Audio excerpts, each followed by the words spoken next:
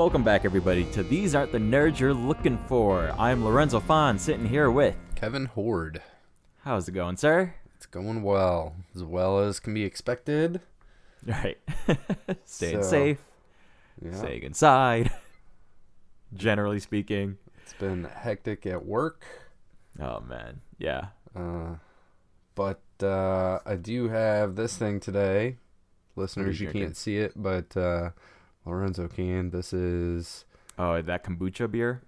It's not beer, but it's kombucha. It is brewed by Companion, I guess some brewery here in the Midwest, and this is Love and Hoppiness. So I've never had kombucha before, but we're going to give it a try. Good luck, because I don't like kombucha. Do not like it at all. There's some stuff floating in here, which kind of weirds me out. I'm having trouble getting this cap off. I mean, it's a I guess screw-off cap, and I'm prying it off. I mean, I guess beer is fermented already, so good luck, sir. While you're starting that... It does not smell great.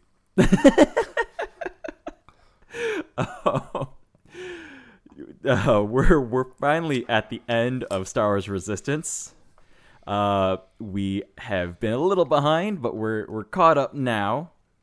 We will be reviewing today Star Wars Resistance: The Escape. Now, we will be reviewing both parts. This is a double episode that was released as Season 2, Episode 18 and Episode 19 of Star Wars Resistance. So if you go on to Disney Plus or watch it or whatever, it's split into two separate episodes. Each part has its own credits, has its own opening, all that. I bring this up because we spent so much of Season 1 trying to figure out if The Recruit was one episode or two. I was considering it two episodes for a while, but other evidence was mashing them together as one, you know? But as of right now, it looks like Wikipedia has them listed as the 18th and 19th episode. Mm-hmm. And the other thing that kind of gives me evidence that to count this as two separate episodes is the fact that each part has its own director as well. You know? Yep. So these seem to have been produced as two full separate episodes, and they are counted as such, at least on Wikipedia and in my heart. So and Disney Plus. Disney Plus has them listed as two. It aired together as one. I watched it originally on the Disney Now app. Mm-hmm. So it's not like they have commercials at any particular point. There are some advertisements that break in. Right. But there's no normal commercial breaks. Mm-hmm. And it only was it 44 minutes on Disney Now? Yep. Oh, interesting. Okay. But that was the same thing with The Recruit. Like that was like a 44-minute episode. Mm-hmm. With only one title card. They didn't do a second title card. Recruit's broken up on Disney Plus as well, isn't it? I think so. Yeah, I've never gone back to look at that. But The Escape did air on January 26, 2020, with Part 1 being directed by Stuart Lee and Part 2 being directed by Brad Rao. The whole shindig was written by Brandon Auman. So that's what we got going on. And this, again, does serve as the series finale for Star Wars Resistance. Season and series. So I find this a very interesting choice still, but we'll get into it. So I'll just get into the quick summary, and then we can lead the discussion, yeah? Yeah, I'm going to give you an update on this kombucha. Mm-hmm. It's not terrible. Uh-huh. It kind of tastes like sweet dishwater. Oh, no. It is lightly carbonated. Yeah. And overall pleasant currently. I'm very curious. I have not got to the floaties, and I think I'm going to try to avoid them. That said, leading into the episode here, if you have not watched Star Wars Resistance: The Escape, again, that's 18 and 19 of Season 2, series finale. Spoiler alert coming up. All right, so starting on this episode, we start on the Resurgent, Commander Pyre's Star Destroyer. It shows up at AS Prime Tam and Jace are looking out the window, and they realize they're at AS Prime, and there are a bunch of other Star Destroyers that just start barraging the planet with gunfire. So basically, there's just a giant massacre of the natives of that planet, Queen and all that. Tam then just immediately has a change of heart. She sees that this destruction is not good. We cut over to Tyranny and Pyre. They're talking with General Hux via holoprojector, who is then shushed away, and then Supreme Leader Kylo Ren shows up and talks to them about the Colossus. Kylo Ren threatens Commander Pyre and Tyranny. So they're quickly like, yes, we understand what to do and not mess this up anymore. So then we cut back to Tam, and Tam is in full lead through of her defecting from the First Order. So she creates a plan to try and steal back her communicator that she kept from Kaz. So she does get that back. She sends a coded message to Kaz's communicator on the Colossus. Niku hears it, and Niku mentions that it is the old coded message that Niku and Tam used to send back and forth to each other. So he decodes the message, and Kaz realizes that Tam wants out. So Kaz and Yeager will go back to Castellon as the meeting place chosen by Tam. They get permission from Doza, who is wary that it's a trap. Meanwhile, Tam is about to try and leave the First Order, but then Tyranny is like, what are you doing? And Tam is like, oh, I'm getting ready for a training mission. So Tyranny is like, I didn't realize that was happening, but if you're doing that, then, bring Rucklin with you. And so Tam was like, oh, damn it, no. So Tam goes ahead and pretends that a training flight is taking place, and they all go to Castellon. So back on Castellon, Kaz and Yeager are already there waiting. They're discussing if Tam has truly had a change of heart or if it's a trap. So while they're waiting, a TIE fighter shows up, followed by 2 other TIE fighters, which freaks out Yeager and Kaz. But then when the TIE fighters start shooting on the other 2 TIE fighters, therefore, yeah, Tam's really has defected. So they pick Tam back up. They start leaving because a resurgent Star Destroyer shows back up because it saw that the TIE fighters were going to Castellon, which was not on any schedule, so they follow through. And so Tam and Yeager and Kaz, along with Rucklin, they bring on an unconscious Rucklin onto the ship. They try and get out of there, but then they get pulled into a tractor beam. They get pulled on board. They get captured. Even though Yeager erased the flight data, Rucklin looked up the flight data at some point and realized where the Colossus was. Mentions where the Colossus is hiding, which is the Barabesh system. But they still treat Rucklin as a traitor nonetheless. But while all of this is happening, there is a escape attempt from Kaz and Yeager. A lot of shooting happening. Tam gets whisked away, stuff like that. Meanwhile, back on the Colossus, everybody is waiting for a message from Kaz, but nothing is coming in. So they all ask Dozo what they need to do. They do get part of a message. No, they don't get anything here. Sorry. So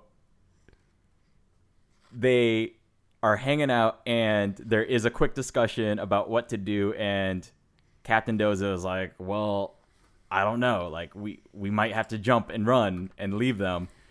This is about where part 1 ends. So, moving forward, we cut right back into the Star Destroyer. Escape mission is still going on. Kaz and Yeager and Tam basically try and get a message out to the Colossus. They get a brief message out. Meanwhile, Yeager calls a town meeting of everybody, calls everybody to Aunt Z's, and tells everybody like, hey, we need to go rescue our friends because they've been captured. And everybody's like, no, that's way too dangerous. We are not signing up for the resistance. And then another message from Kaz comes in, and they're like, guys, you guys need to run. They found out where you are. Get out of here. So then this is when everybody has a change of heart, and they're like, oh, Kaz and them were all going to sacrifice themselves for us, so we're going to go rescue them instead. That said, the Colossus is, or the Star Destroyer is already on its way to the Colossus. Long story short, from here, the Star Destroyer shows up. There is an air battle. Aces go out and fly. They all big air battle. They start trying to attack the engines of the Star Destroyer, but it's shielded from inside.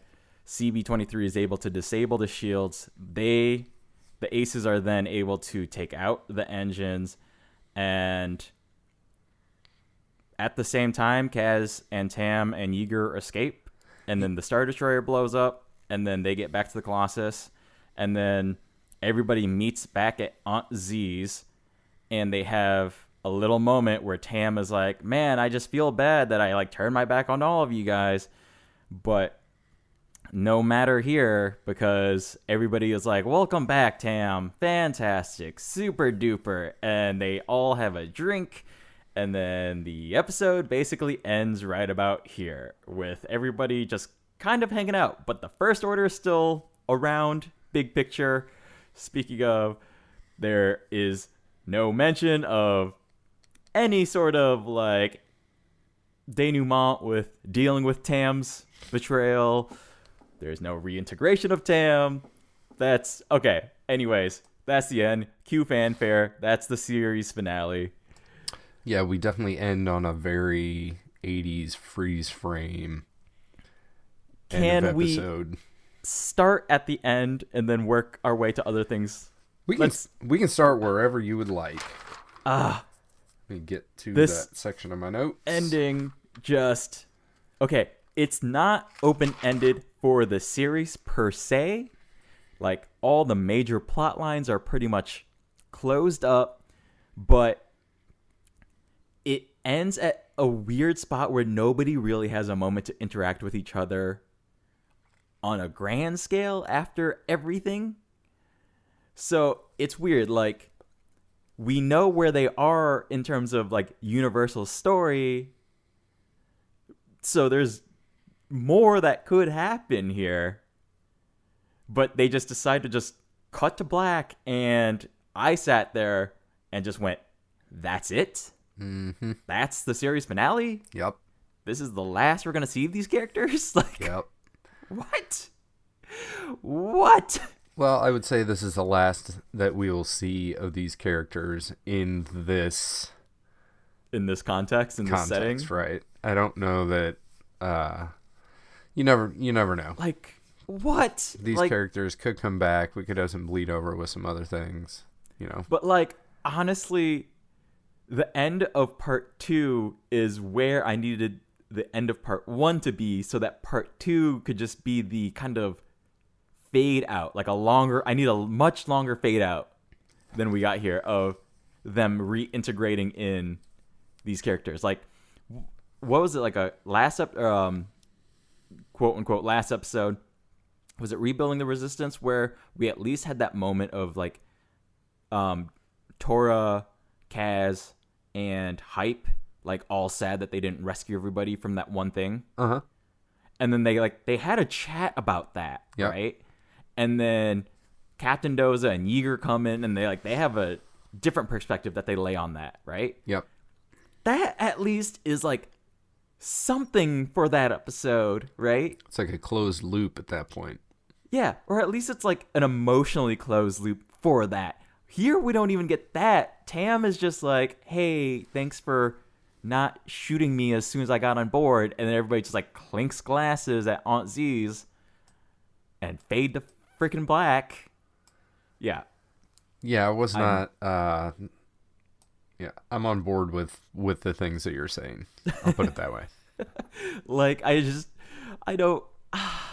don't know what they were thinking when they wrote this. Like, I just don't understand.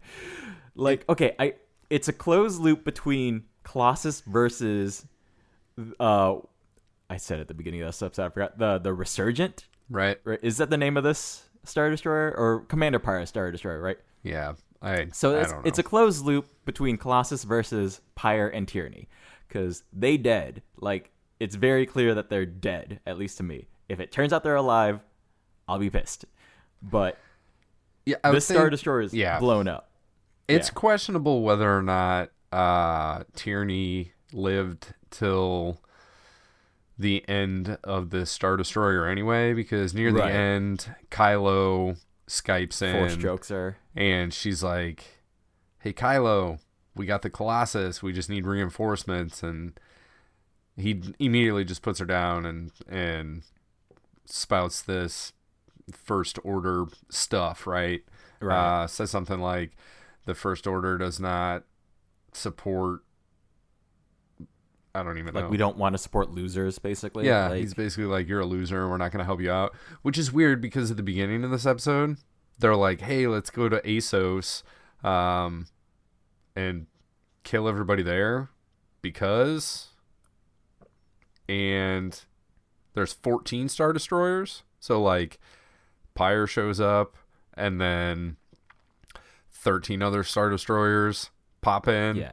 Just to kill this, like, helpless planet. This one, not even the whole planet. They just, like, blow up that, I guess, the one island or that one section of the continent. And then that's why Tam is all sad. And Ruckland's got, like, this weird smirk on his face. Like, he knew what was going on. Or he was kind of privy to some information or something, which is weird. I don't know if he was privy, but he's definitely happy to see this happening. Like, he definitely has, like, the hardest of hard-ons watching this planet get obliterated, or at least a section of planet getting just obliterated. It's really weird. Right, but I was trying to figure out, like, why in the beginning they have 13 ships worth of backup. Right. To blow up these natives on this planet that just gave refuge to the Colossus. And then when they actually have the Colossus, Kylo's like, no, you guys are losers. You should have been able to figure this out. Yeah, we're not going to help you. And it was like convenience for ending the show, I guess. I don't know. Having Kylo also was just this weird distraction. Like, I don't think he was necessary at all here. How'd you feel about his voice? Not good. Okay. Like, did you happen to look at who yeah, it's Matthew Wood. Yeah. So, like, it's not good. Yeah, it was not great. It's a good attempt. But it's not good. It's fine for an animated series, but when you have Oscar Isaacs in the first season and you have fucking Gwendolyn Christie, right? And they pulled audio from The Last Jedi for Hux. And then Hux was replaced with a voice actor who did equally as convincing a job as Matthew Wood does for Kylo Ren. For ostensibly a kid's show, it's whatever. I mean, Iago was replaced in the cartoon of Aladdin, and you know. Well, it just goes in that like weird area again where it's like, okay, we've had Von Reg, we've had Tyranny, we have Pyre, we have the other lady who died that I can't remember her name now, who just died last episode. Gaelic. Yes, Gaelic. And then Hux shows up, and then Kylo shows up. And so Hux is even in this episode. Like, they call Hux, and he just steps out of the way, and then Kylo steps in. Right. Hux doesn't say a single word. So it's weird. I don't know why any of that was necessary. Like, they could have just died on their own, knowing their own failures, you know, without having Hux involved or Kylo involved. Like, why is Kylo even worrying about this? You know? Like, well, it also makes me question, like, what is the timeline of this thing? I agree. Yeah. Because Kylo is like no helmet Kylo, bad scar Kylo. Mm-hmm. You know, But we were told this thing like, oh, like you got to wait until the end of this, like the end of season 2. It's going to be fucking awesome. Like it ties directly into the Rise of Skywalker, and that's all baloney. Yeah, not at all. Like nothing. And we talked last week, Rebuilding the Resistance. Mm-hmm. Like I expected, if that were the case, I expected like Lando to show up and, you know, right. Totally could have been done. Lando could have showed up. He could have actually helped them get through this thing and then been like, hey, I helped you. You come help me and my buddies, you know? Right. And then they would have been on their way off to Exegol. It would have been solid in the timeline, like when things are happening. But this is... all of season 2 is kind of ambiguous in nature as far as the amount of time each episode takes place, how far in between, you know, how much time we have in between, and like the whole span overall. You know, all of the stuff that they went through, it's 19 episodes. This all could have been realistically over like a 2-month period. Right. Especially like the beginning half, because they're, you know, they're planet hopping and hunting for food.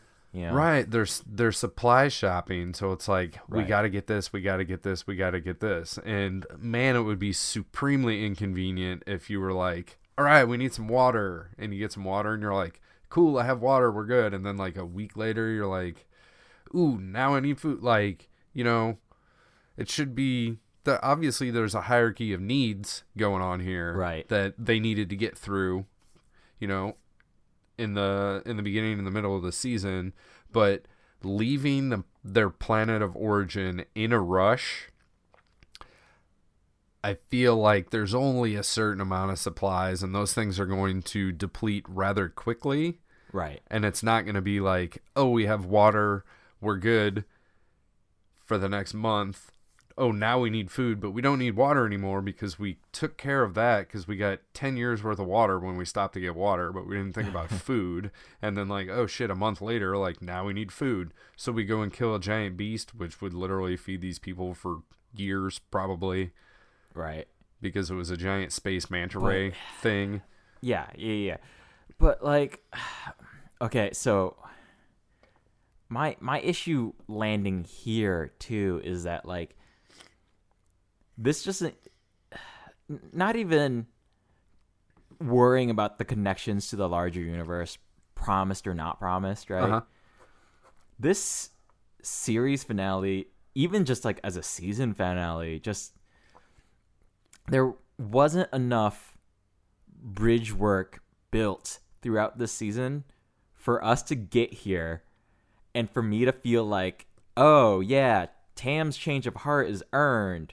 Or the showdown between Pyre and the Colossus is exactly what I've been waiting for, because it's just been built up in the weirdest way. Yeah. That by the time we get here, Tam's defection just feels convenient rather than a true change of heart. Like, she's never been fully in. It doesn't, right. Order. It doesn't seem like she's been in the First Order long enough. Right. To have a big emotional reaction. She doesn't agree with the things that the First Order is doing. And even up till like last week or the week before, I don't remember if it was No Safe Place or Rebuilding the Resistance, all she wants to do is fly. Like, she doesn't want to be a soldier out soldiering. She just wants to fly. She wants to be a pilot. Like, I think they just gave her that promotion too late in the series. If that was midway through the series, where she was happy and leading that that troop, you know, I think that would have been such a bigger fall from grace in a good way, where she is like starting, like her decisions are starting to weigh on her, but she hasn't made any decisions that should weigh on her. She's just watching the First Order do its thing, you know.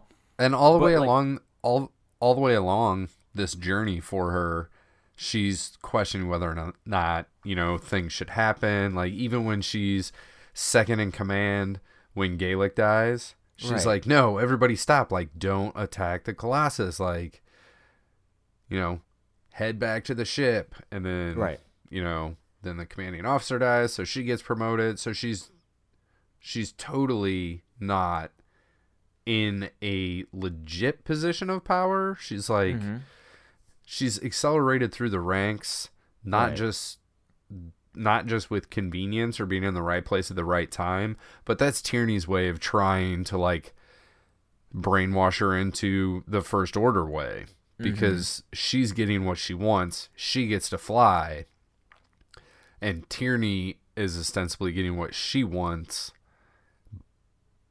by doing these things for Tam. Like that's the only reason that's happening, is for Tierney to win Tam over. Right. I don't know. Yeah. Like at least even with like Finn, shall we say, even within the first moments we met Finn, however you want to discuss the rest of the series, at least when we first meet Finn, he still needs to shoot the villagers. He doesn't like it, but he still does it. So at least there's like an actual... he doesn't. Does he? No, he does not. He does not. He did pull the trigger. He does not pull the trigger. Shit. Okay. But at least he's like also right there. he's also a stormtrooper, right? That was literally brainwashed from childhood. From childhood, yeah. But yeah, so like just seeing Tam's turn, it's a turn from nothing. Like that's where I'm at here. And it's just kind of more annoying to having seen her change of heart.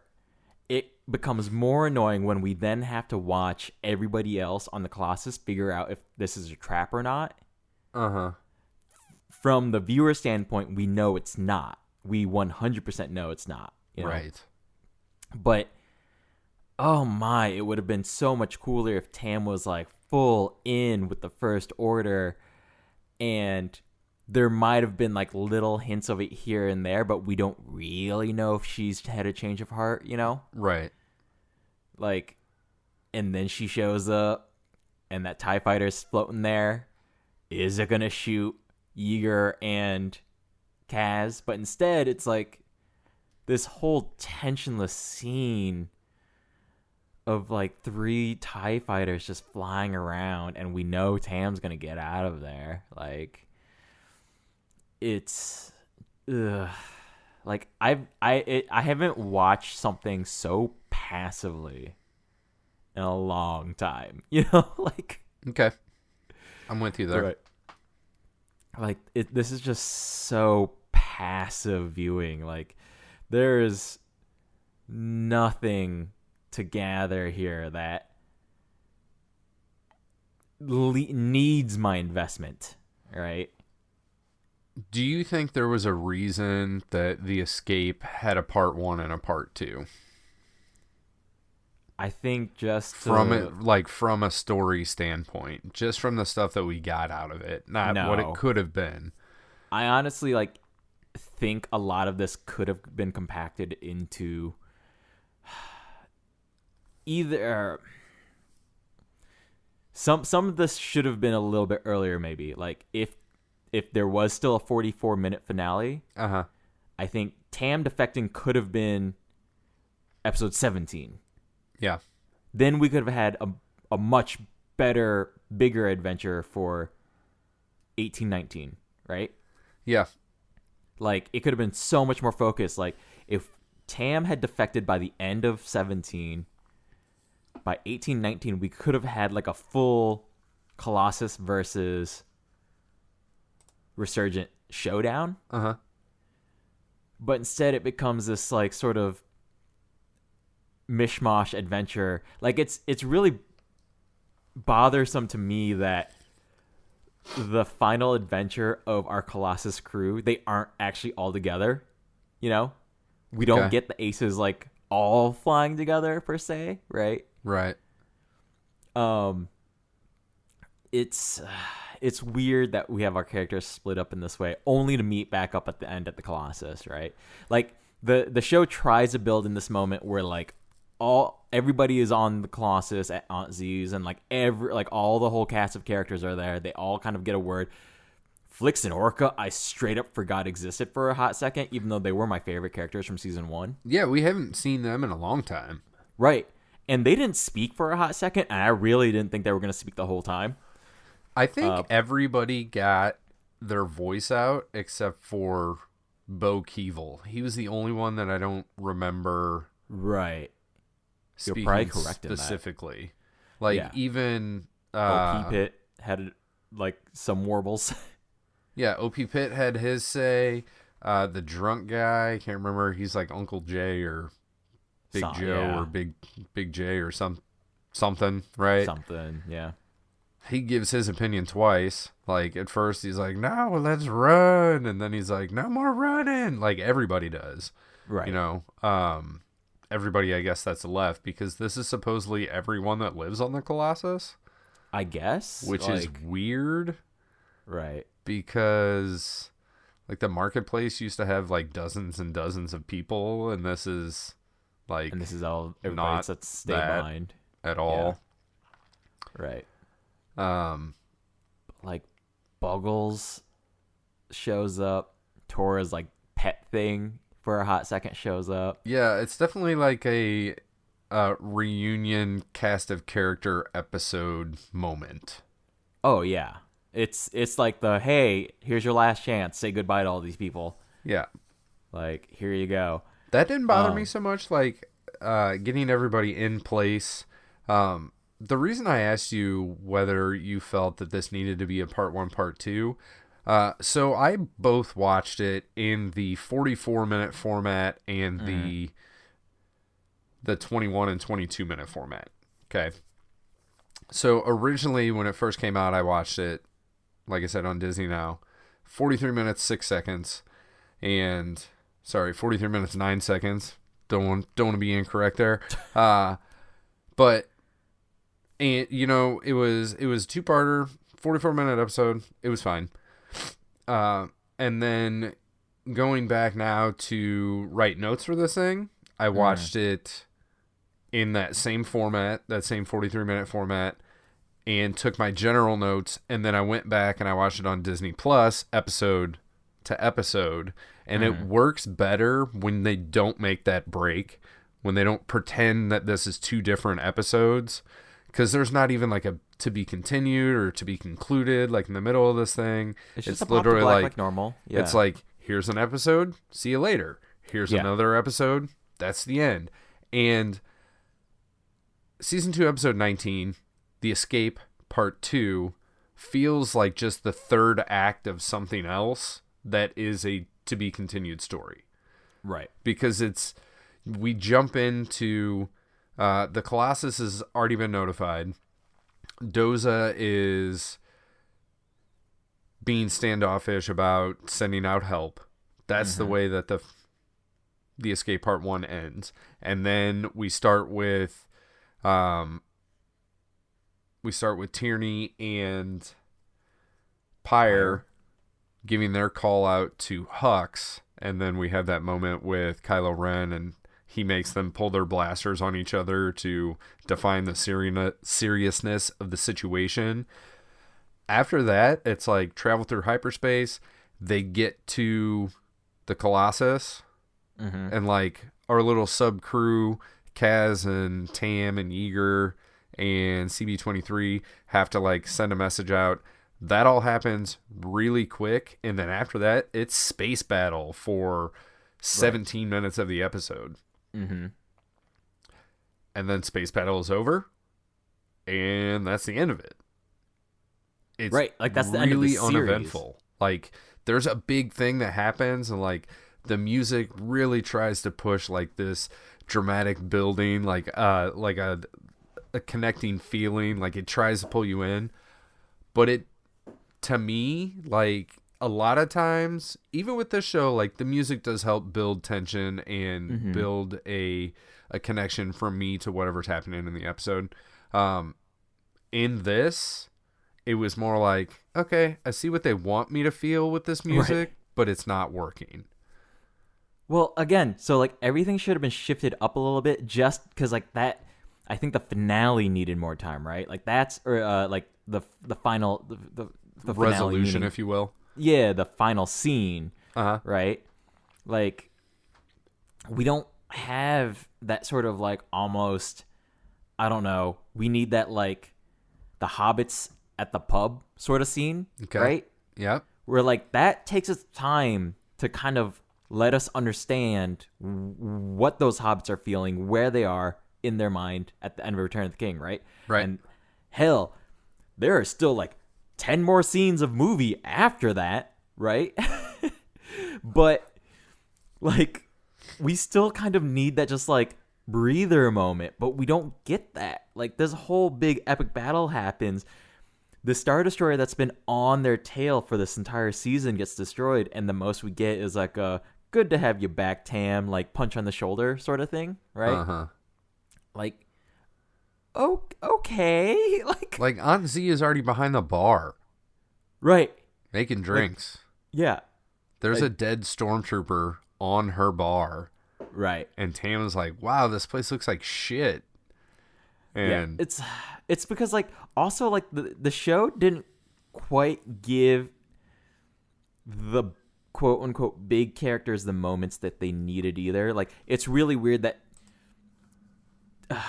for all the fighting, like it should have been Tam versus Tyranny. Tam should have taken out Tyranny, not Kylo Ren from far away. That's weird.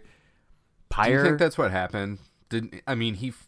He choked her to death, right? yeah, she's dead. Yeah, Well, from him, okay. from his hand, Okay. his hand. Yeah, or from his Force hand. Right. What happened to Pyre? I already forgot. Is Pyre just assumed to? Kaz knocks him out. Okay, so then he just assumed to have been blown up. CB23 is the hero of this episode. Basically, yeah. Because CB23 is the one that gets him into the turbo lift. CB23 is the one that's able to drop the shields. CB23 is the one that's able to get the message, like piggyback the message over to Niku, so Niku can share that with everybody, right? Mm-hmm. CB23 uses her endless amounts of magnetic rope cable things, Yeah. to transport these characters up and down levels when they need to. Yeah. And then when Pyre comes to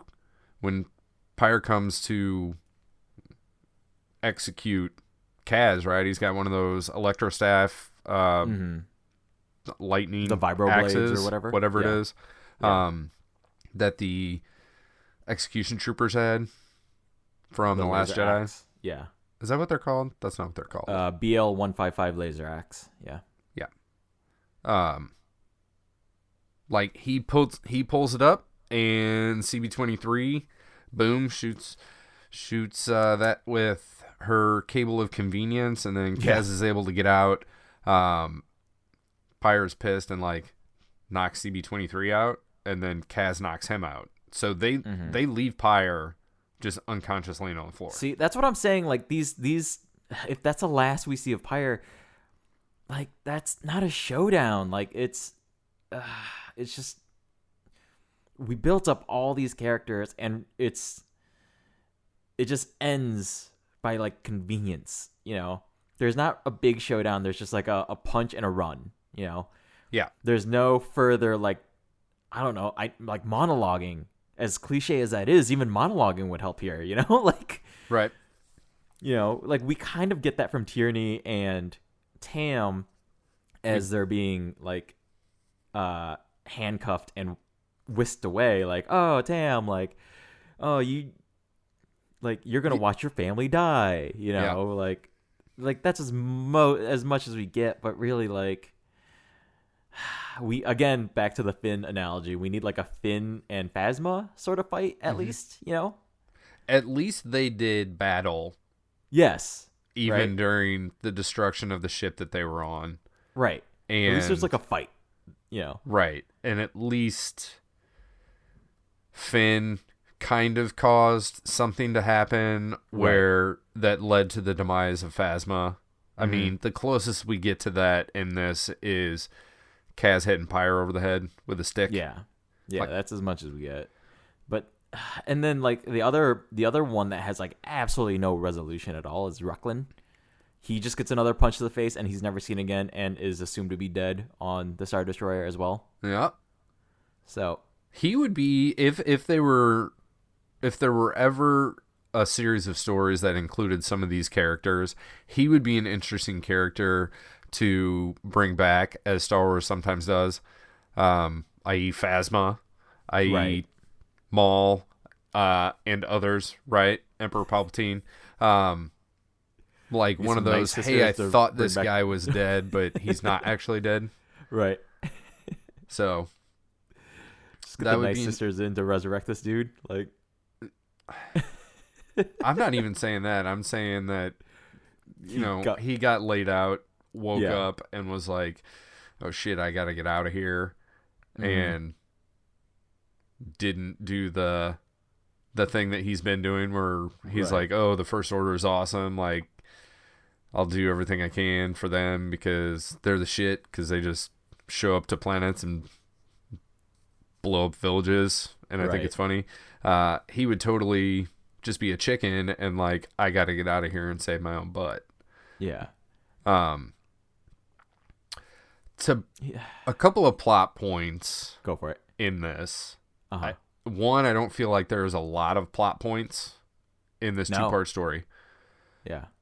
Two, I was unaware that blowing up the engines of a Star Destroyer made the entire ship self-destruct. I didn't know that either. And also, I didn't realize how easy it was to take down those shields. That seemed way easier than I've ever seen a Star Destroyer shields being taken down. CB-23 turned them off. But that's what I'm saying. Like, usually aren't there like other like sort of fail safes? Like some sort of redundancy, something or Like- other. Don't you usually have to like go somewhere to do it? Like, not just punch code into a computer to do that? Yeah, I guess it's because she was already where she needed to be. CB-23, that is. Yeah, I didn't really follow the process of what she did to turn the shields off. Plot-wise, I do think it's really weird that CB-23 was just separated from the other three like the entire time, and she's just rolling around like doing the thing that Her has own to thing. happen. Right. Like, she is the MacGuffin in this episode, kind of. Sort of. Yeah, she's the MacGuffin that causes the action rather than is the cause of actions. Right. If that makes sense? Yeah. She's the Gamuffin. But what's interesting too is like she can just be reached anywhere via comlink, No Yeah. issue there. That's another thing. Like, the whole... CB had to go to, like, the communication tower or something, and then Kaz's crew had to go down there so they could send a message out because... Engineering, yeah. Because their comms were being jammed, and like that's the only Right. way that they could send a message out. But Kaz and CB can still talk to each other. I feel like it would be a very convenient thing to just whatever device like jams comm to just be activated all the time, because there still seems to be like intership communication, Right. and like Kylo's still able to like Skype in and force choke people. It just cuts off the good guys from talking to like other good guys Right. sometimes. Yeah. I don't know about any of this. I do want to bring up, it's really the other weird thing about having Kylo on this episode in particular, and then using force threats and then force choking people. Yeah. It's really weird being on this show that we haven't had any Jedi on except for Kel and Isla, maybe? Yeah, Which where did they go? They weren't. They were weren't in the background. Onsies. They were in the background. Oh, were they? On Zeus, yeah. They were in the background. Because the moment they showed up, I was like, holy shit, that's never going to get answered. Whatever the fuck happened, that one episode where Isla seemed to be able to see in the future, She had like that. force visions. Yeah, she was having force visions. And then it just never was brought up ever again, ever after that. Fucking forgot about them as characters. Yeah. See? So that would make 3 characters that don't get to speak their piece.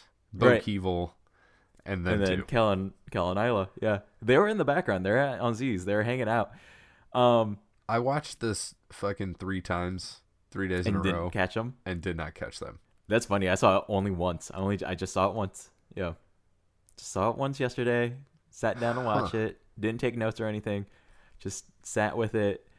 And but do you get what I'm saying though? Like it's weird to introduce. Like I get that Star Wars and the Force is like a part of the whole thing, but it's then really weird to have a show very agnostic from the Force, and then like in a big way introduce it and even kill out one of the characters with it.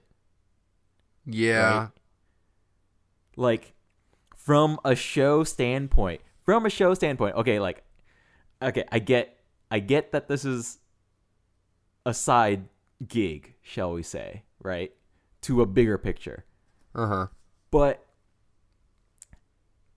has Kylo ever really been mentioned on the show before? Like the Supreme Leader has. Because we did question like what Supreme Leader are we talking about? Okay. But that's and still... I think Kylo has been mentioned by name because I think Kel and Ayla said Kylo came to our planet and wiped us out or some shit like that, right? Right. But you know what I mean from like a show standpoint? Like suddenly introducing Kylo is just like really left field, you know? Yeah, I guess I didn't think of it like that. I've got... Like, what does he have to do with this story, you know? Now I feel like I need to binge watch this entire thing just to answer that one question. No, you don't. Like, because I can already tell you, like, there is no build up to Kylo Ren being on this show. There's no need for it. At least with the Hux. At least Hux was introduced in the video recording at the end that had a big impact for Kaz. Like, that makes sense, right? Like, yes. Even though Hux isn't a character, he is this big figurehead. Uh-huh. That just sort of does this thing, right? And then when he's introduced later, you can go, oh, okay. Like, if you have no knowledge of Force Awakens, you at least from Resistance viewpoint, you're like, oh, he's the figurehead that did this, and Kaz was sad about that, right? But Kylo just pushes this guy aside, and we're supposed to just be like afraid of this dude. I think it just makes it more confusing. Absolutely. Again, like I said earlier in this episode alone, where I was just like, okay, so we had Vonreg, then Pyre, then Tyranny, then Gaelic, then Hux. Yeah. Now Kylo Ren. Like, what? We had Phasma also. And, oh my god, I forgot about... Yeah, and Phasma. Yeah. And Phasma we already mentioned her earlier. Phasma just disappears from the show. Completely, yeah. Yeah. Like, yeah.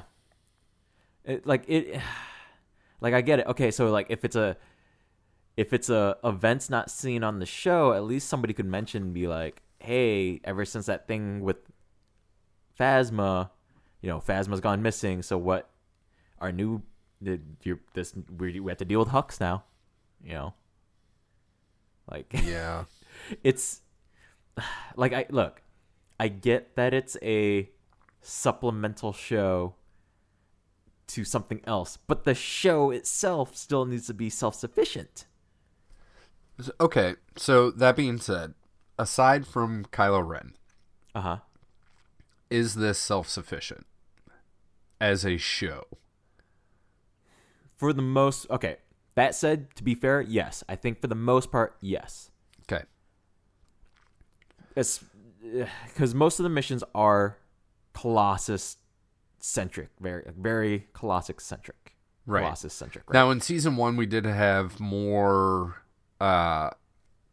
interaction with, like, the First Order overall, where we were finding out that there were, like, coring planets and, like... Mm-hmm. Other things outside of like the main plot, right? were affected by the First Order, whereas in season 2, it's the Colossus needs stuff, Yeah. and Pyre and Tierney are hunting the Colossus. Yes. And there's not like an overarching First Order presence. Yeah, there's no sort of like overlap per se. Right. Like this is I agree with to be fair, especially season 2, it's definitely much more standalone. That said, it's again, so it becomes really weird when in this last episode they start reaching out a little bit. But, yeah, I mean, I do not feel like this was the original intention for the cessation of this show. I don't think so either. I don't feel like season 2 in general was originally intended to be the final season. I agree. And I feel like maybe like halfway through production that decision was made, so it was like, okay, we need to like kind of ramp some stuff up and we need to get to the point. Like, yes, maybe in the end, maybe the end goal originally was Colossus beats Pyre and crew, you know.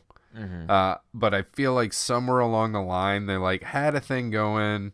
You know, whether or not you appreciate it or not, you know, like we do have these supply gathering missions like at the beginning of season 2, and then it kind of jumps from that to like, oh, we need Doze's wife in here, we need to get like more fighty stuff going on, and then oh shit, like we haven't had Tam for a while, like we need to get Tam back in the picture, and then like show some things with Tam, and then okay, we need to blow the ship up. Like that's where the end goal was, but there's not a clear progression from even the beginning of season 2 to that, much less the beginning of season 1 through the end of the series.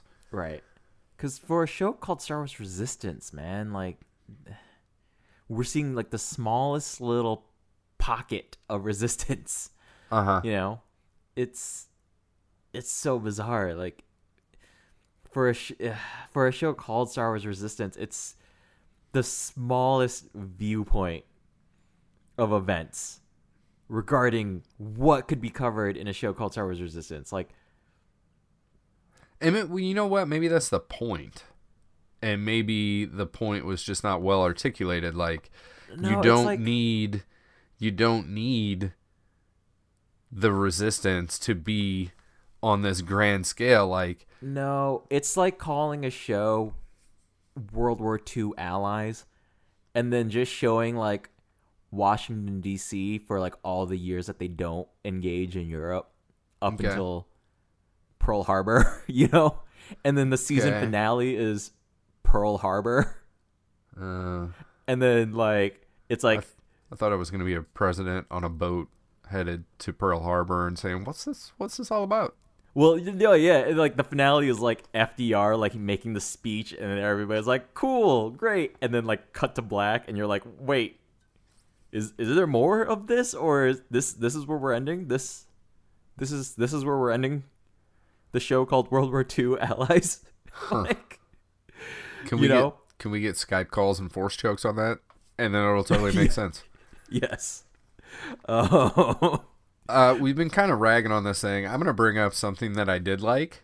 When our crew does make it back to the Colossus, Bucket greets CB-23 like on the departure ramp from the ship, right? Rolls up next to her, and CB like shoots her little cable out or puts a little hand out, and they like hold hands and like walk down the ramp back onto the Colossus. I don't think I'd noticed that. I somehow saw Kel and Isla, but I did not notice that. I saw CB-23. I think I was and Bucket holding hands, and I thought it was cute. If anything, I was just like, my attention was just getting lost because there was just so much nothing happening on screen. Yeah. I don't. I feel like I don't really have anything else to say about the events of these 2 episodes. No, I don't have anything else to say. I don't have anything else that I can think of that's positive other than Flix and Orca being back. I love me Flix and Orca. Yeah? I need more of that. I also need to know what the hell's with Isla's Force Vision, but we're never going to get an answer to that. But I'm actually kind of okay with that because I don't want to watch any more of this. Okay. Like, you could tell me that they did a special episode after this, and I would be like, I'll get to it when I can get to it. Oh, you would get to it. No, I would not. Because you actually kept up on this show. I did not. The first time I saw this episode was yesterday, and we are not recording this in January. That's for sure. Yeah, we are not recording this on January 27th. Yeah, and in no way did I feel like there was a burning hole in my heart, not knowing what happened to the Colossus and crew. And after watching this, I'm just like, because sometimes I will let something build up and then I'll get to it. I'll, like, holy shit, this is what I've been missing. God damn it, And this is not the one for you, huh? Nope. I'm glad I binged Tiger King last week instead. I got no comment to that one. I could say a lot of good things about Tiger King as a show, not about the Tiger King, but yeah, I binged a few other shows in self-isolation, but not this one. We'll have to talk about that stuff. Yeah, that's when we pivot this show on another episode. Like, these aren't the Tiger Kings you're looking for. I'm pretty sure I know the answer to this, but give this one a thumbs up, thumbs down. Thumbs down. Huge thumbs down for both parts. If we're doing two separate thumbs, they are down for each part. Okay. Down for each part. Like, just I'm crediting you 1 thumbs down, and I'm going to credit myself 1 thumbs down as well.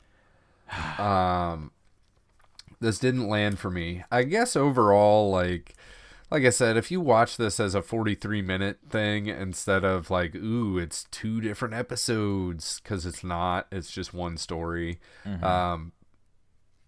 Objectively, as just like a story, it's fine.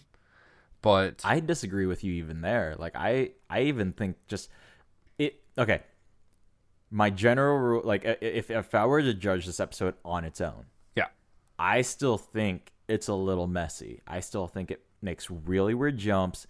Again, there are weird open ends in this episode that, like, even if you judge the finale on its own, so like not even its place in season 2, right? Like, just looking at this episode by itself. Like if this was season 3, episode 9 of a 7-season show. Well, sort of. No. Still acknowledging that this is it, right? Acknowledging that there is no more show after this. Right. There's still all those criticisms that I had that still deal with just this episode in and of itself. Like, right. What the hell happened to Rucklin? Why do we have Tam and Tierney only talk to each other a brief second as Tam's getting arrested and taken away, for Tierney to then be taken out separately by this other bad guy who has no bearing on the show, right? Pyre just gets knocked out by CB23. Like, on its own, this episode doesn't even go where it needs to go, right? Yeah. Like, it's... the way the story is told in this episode is just a weird mess. Again, there's no tension because we already know Tam has defected, but we still have to go through the motions of watching Colossus figure out if it's a trap or not, and then they go to Doza, and there's like the supposedly like it clearly wants to be a humorous moment where Kaz is like, oh, and I know Doza because he defected from the Empire, so he'll understand. And it cuts Doza like, no, it's clearly a trap. You guys aren't going. it's like, and then he does it anyway. Yeah, and he lets him go, and I'm just like, yeah, I get from a character standpoint we need to see this, but from a viewer standpoint, it's annoying. It's redundant. It's not necessary to watch. Okay. Like, I get that we need to go through these motions. Let me refine my statement then. Yes. With a couple of tweaks and taking a 4309 and squishing it down to that 2203 that most of these episodes were, I think at that point it'd be a fine episode. If it were in the middle of a bunch of other stuff. Being the season finale and the series finale, it did not land for me. Sure, it was, it looks nice. It's not like all of a sudden the animation is shitty or anything like that.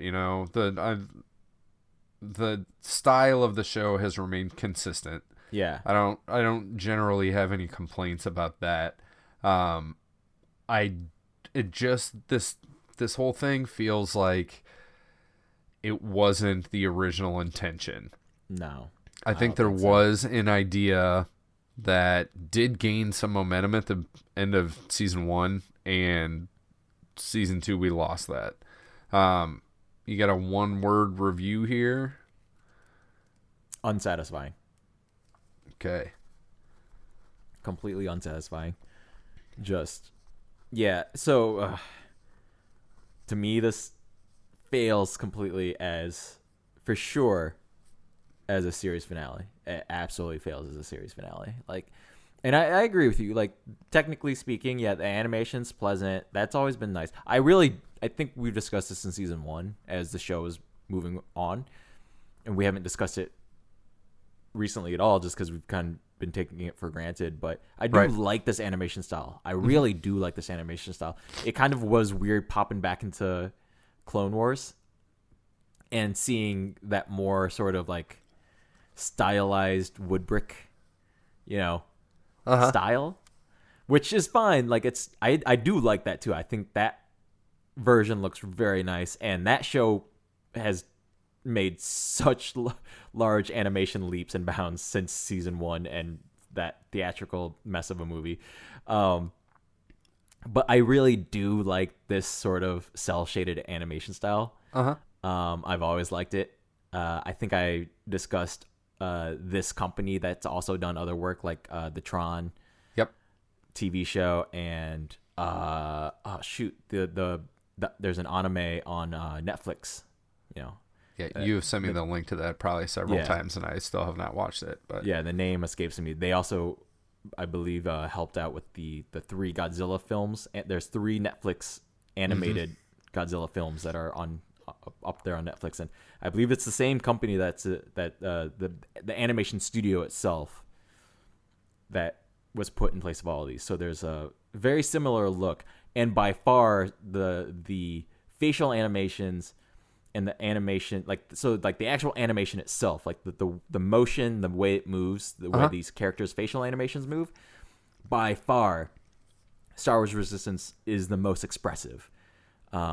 If you watch the ones on Netflix, the anime show, again, name escapes me right at this moment, but if you go on that one, their facial animation's a little stiff on that, so it's just sort of odd because they're really trying hard to mimic that 2D style, but with 3D, the ease that computers allow you.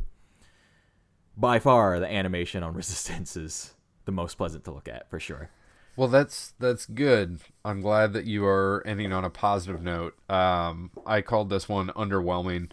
I won't say I felt let down, but I wouldn't even say my expectations were higher. Yeah. But my response when this thing was over was pretty much the same as yours. As that's it. That's it. So yeah. I'm gonna give one final kombucha update. And how you feeling? You burping? yet? I am not burping too much, but it seems to have stuffed up my nose and makes me want to sniffle.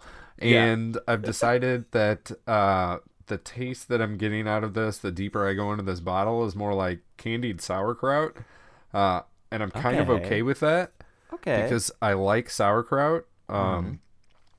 But much like this episode being misleading, this kombucha was also misleading because this is supposed to be like a hoppy kombucha, and it is not at all. But if you want liquid candied sauerkraut, it's not bad. What's the name of that company again? This is Companion Kombucha. All right. Small batch kombucha, handcrafted in the Midwest. So, very nice. It's a local product, so I went and picked it up. It is brewed by Tom and Trisha. There you go. All right. Very nice. Kombucha experts, Tom and Trisha. I am curious about that. We'll have to just do like some random 10-minute one-offs of reviewing some other random stuff while we're just all stuck in self-isolation here. Sure, I'm down. Do you got anything to add to this episode specifically before we hop out of here? No, not this episode specifically. I'm gonna force you to come back and record one more episode on the Resistance, series. And we can just talk about things in general. Yeah. Okay. Yeah. Exactly. Yeah. What I have to say would be best save for that. Okay. But as for this episode, just definitely unsatisfying, and I think passive again, just the passive viewership of this episode. The way whereas Rebels, I really felt I was very concentrated on my television screen, right? Right. But with this one, yeah, I'm just so unsatisfied by it. I'm just ready to move on with life. Alrighty.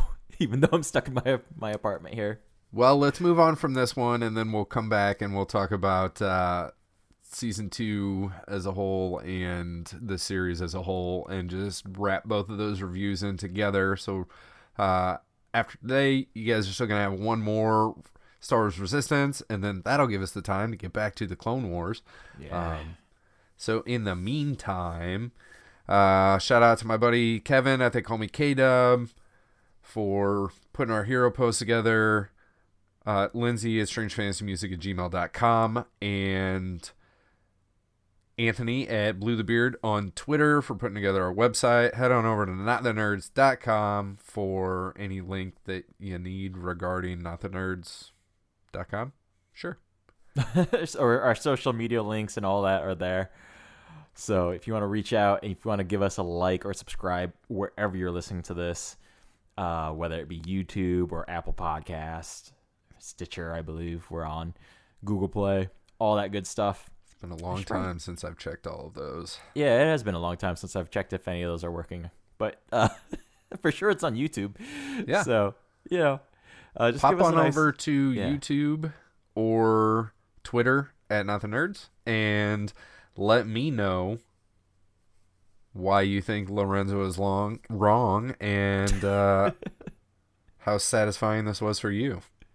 Right. Please let me know what I'm missing. I really would like to talk to somebody who likes this show and just kind of view it through their eyes. They're very optimistic eyes.